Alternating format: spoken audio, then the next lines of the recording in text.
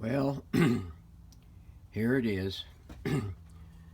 That Herbert H. Horn Tiffany tone radio.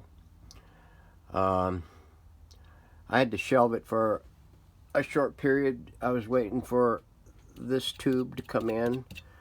I had used a D6 in place of the C6 that it shows that this radio should have. Um, and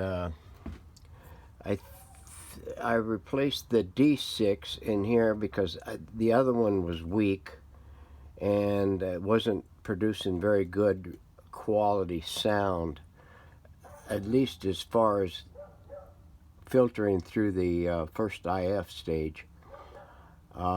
This one here really had me chewing on my tail for the longest time before this tube came in. I had bought a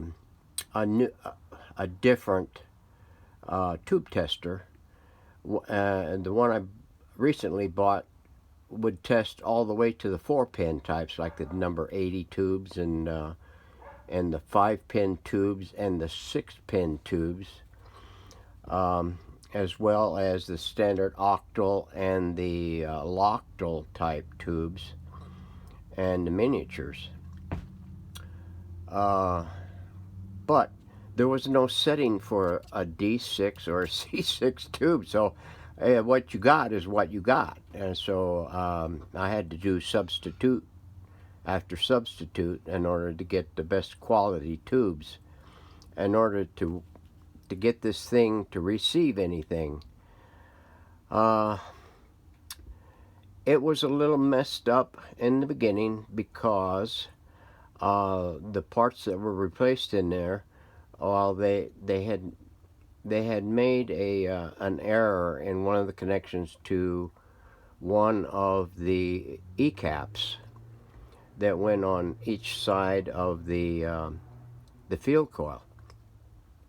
So after a good tracing number of times, I found that error and got it corrected, and she started giving me some better results. But the fact is this one here is only tunable in the first IF stage. There is no adjustment to the second IF stage.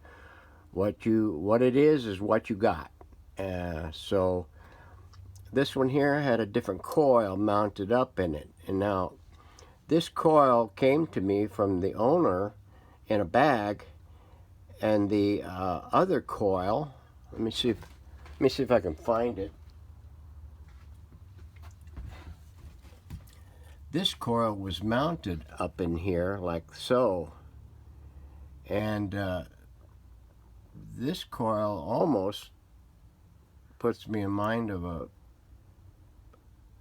I'm sure it's an antenna coil, but it just didn't function correctly in here for some reason. I thought it was an oscillator coil, and it may be. I'm not sure, but I know that these types are antenna coils. This one here, however, had slightly different readings on it than that one did. And this one performed better. At least I got some feedback with this one. And when I brought it up before doing the final trace and making an adjustment to that error that was made on the chassis prior, all I would get out of this thing is a screeching sound worse than a dang harpy eagle or a night owl. I mean, it was just screeching and screeching no matter where I went. Try to make adjustments to the first IF to bring it into spec, and all it would do is screech at me. So I figured, well, I'll wait for the tube to come in, and during that time, I decided to to shelve it until the tube came in, and then check it again with a good viable tube in place of the RF stage. And then I didn't get much of a change out of it, but I started to get something. At least it didn't screech all the time at me after that tube was put in and some adjustments were made. And then I found the error and got that corrected, and it got rid of a lot of the screeching sound at me. This off-on volume is way different than anything that I've ever seen. I don't know if I got any pictures of that. I will try to get some in the video, stills of it, when I took it apart and tried to clean it. It didn't clean up very well, so there is some quirkiness to it. I couldn't get rid of it all, and I didn't want to put an upgraded one in here because this one here I think is unique to this radio in that it throttles the input from the coil through here, almost like a TRF set. So anyway, I finally got it to where it was picking up stations, but when I would take and set the station frequency on to coincide with the dial frequency, I'd go down the scale, and the lower frequencies would be off. So I made adjustments here and I made adjustments there, and I substituted some resistors on these two tubes, and all it would do is shift the band back and forth. I can get the top of the band synced up, but I can't get the lower. It's off about 500 thereabouts, plus or minus kilohertz. So it is what it is. I can get a few stations out of this. The one thing I did find out is that since you have to hook up a long wire to it or an external antenna, you have to have a ground on it or it ain't going to pick up anything. You have to have an earth ground or a cold water ground or however you want to call it. I use an earth ground. I have a stake out there outside the shed, and one just adjacent to my my table outside under the canopy that is a rebar pounded into the ground about 18 inches or so, and connected some cable to it or a wire, and using it for an earth ground, and it works great. But now the thing was, in the previous video you seen where I had an issue with the field coil on the speaker, and I got that corrected and everything. So I'm not sure how this thing was supposed to connect into the thing. There was no access anywhere around this chassis to get that hardware connection to the components in the chassis for the speaker and the field coil. So I had to punch a hole into it, and that speaker, I don't know if that speaker is for this radio, because the data sheet from Radio Museum for this particular radio shows that indicates that it has a permanent magnet speaker, but the schematic shows that there is like a field coil. Now I'm thinking, since it's indicating a permanent magnet speaker, that coil that it's indicating on the schematic is a choke, and therefore, but I didn't see anywhere underneath where there was ever one installed, unless it was up here on the top. But I don't get any pictures of this particular model radio on either the Radio Museum website or on a Google search for this particular, or for Howard Horn radios. This one here just doesn't show up, so therefore you get no indication of how this thing is. And on the schematic, there is no details on anything. They didn't even put the tube identifications on the schematic. So so this one here really had me chewing on my tail real good. And I'm getting ready to shelve this, well, to shoehorn this thing into the cabinet again, or for the first time. And that speaker,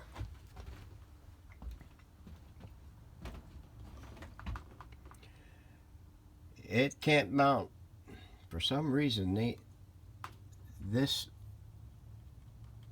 cloth is on a cardboard backing. There ain't no holes in it.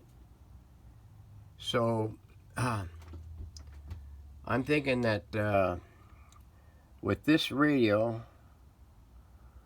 the speaker, you can't mount it in the center and put holes through. I didn't want to punch holes through that because I wanted to keep this thing intact. So it wouldn't fit in the center here, because what would happen is when you go to slide this thing in, this framework hits that fuel coil. It just won't go in there. And so the only place that I can fit that thing in is over here on this side, because this thing here is even higher than that, so you can't clear that fuel coil. So I had to tuck it over on this side of the thing, and the spacing on these studs are just exactly the same spacing as on the speaker basket. So, and then to make things easier, I went with a Molex connector on both the connection to the chassis and the connection to the speaker, to make things a lot easier to, in case there's an issue with it later down the road, somebody won't have to do it tongue-in-cheek and stand on one foot and look cross-eyed at the thing in order to get it taken apart. So I'm going to do that, and then we'll see what we have, and I'll put together another video, so stand by. Okay, then this is going to be a quickie, down and dirty. Since this is an AM only set, and there's no push buttons, no bells and whistles on, we're going to do this in short order. We got it functioning, got it slid into the cabinet. It barely fit. I mean, there ain't no room for adjustments or anything else. Once it goes into the cabinet, it is what it is. This here is the Herbert H. Horn mantle radio, the Tiffany Tone Model 5A. don't remember when it's from. 30 somewhere around in there. I'll put it in the caption. We got the top. Like I say, it's solid cardboard with a print glued onto the top of it. Got the knobs back on. The glass back in. The needle back on.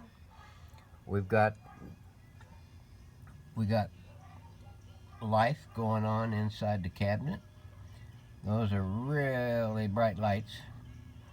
You can see here, right there, there is no room to, I mean, you need a stubby screwdriver to get in there to that IF can, make an adjustment to it once it's in the cabinet. And the other ones are on the back on the far side of that tuner cap. So it's an impossibility to get anything in there without scalding yourself over here with these tubes. They're running at about, let me see, what was that? About 240, 250 degrees plus. These over here will just give you a tingle. But we've added a ground screw, because you will need a ground in order to bring in anything on this one.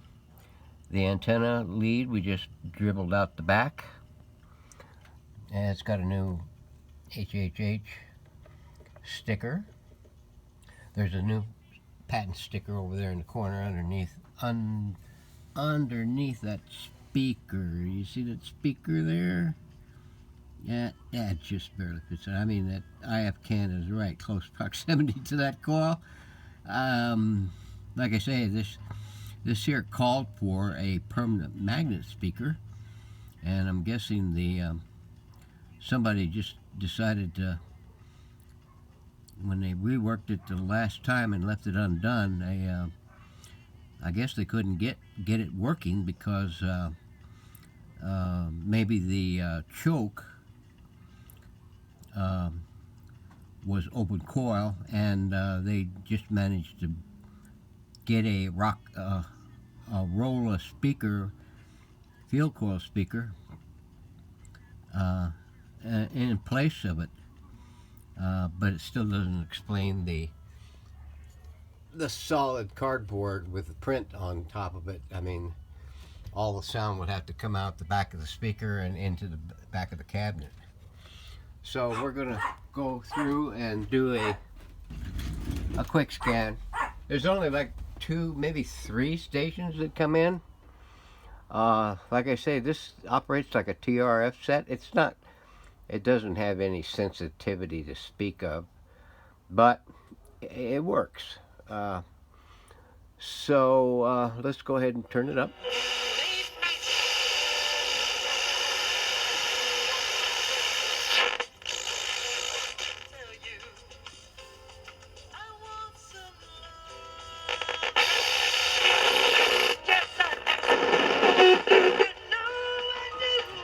And like I say, there's an issue with the tone control, but you never find one like it to put back in it.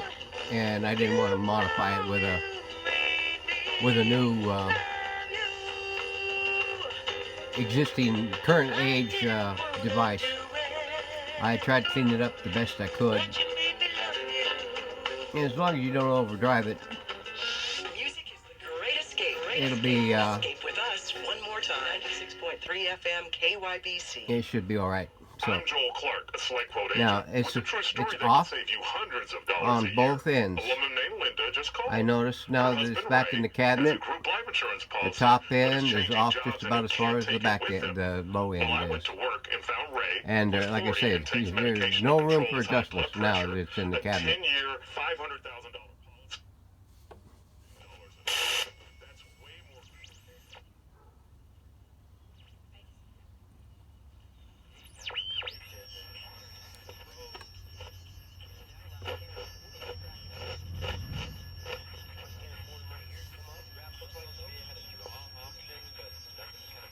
barely getting something there.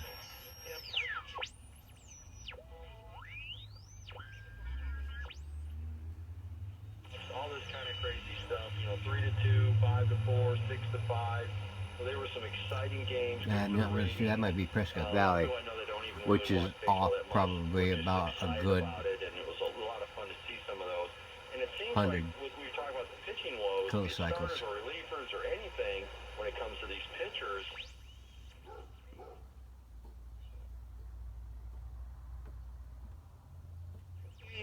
Tough. Set up and decided to do something about it. Don't you just kindness, patience, and effective communication? The motto at Arizona Premier I think Title that's is simple. Prescott. Treat No, others that's the way Sedona. they want to be treated.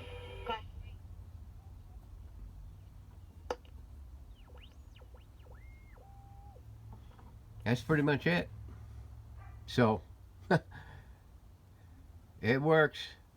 It just doesn't bring in the stations like the other ones with the fully RF circuitry and the first and second IF adjustments, as well as the RF and the traps and stuff. So, there it is. Thanks for watching.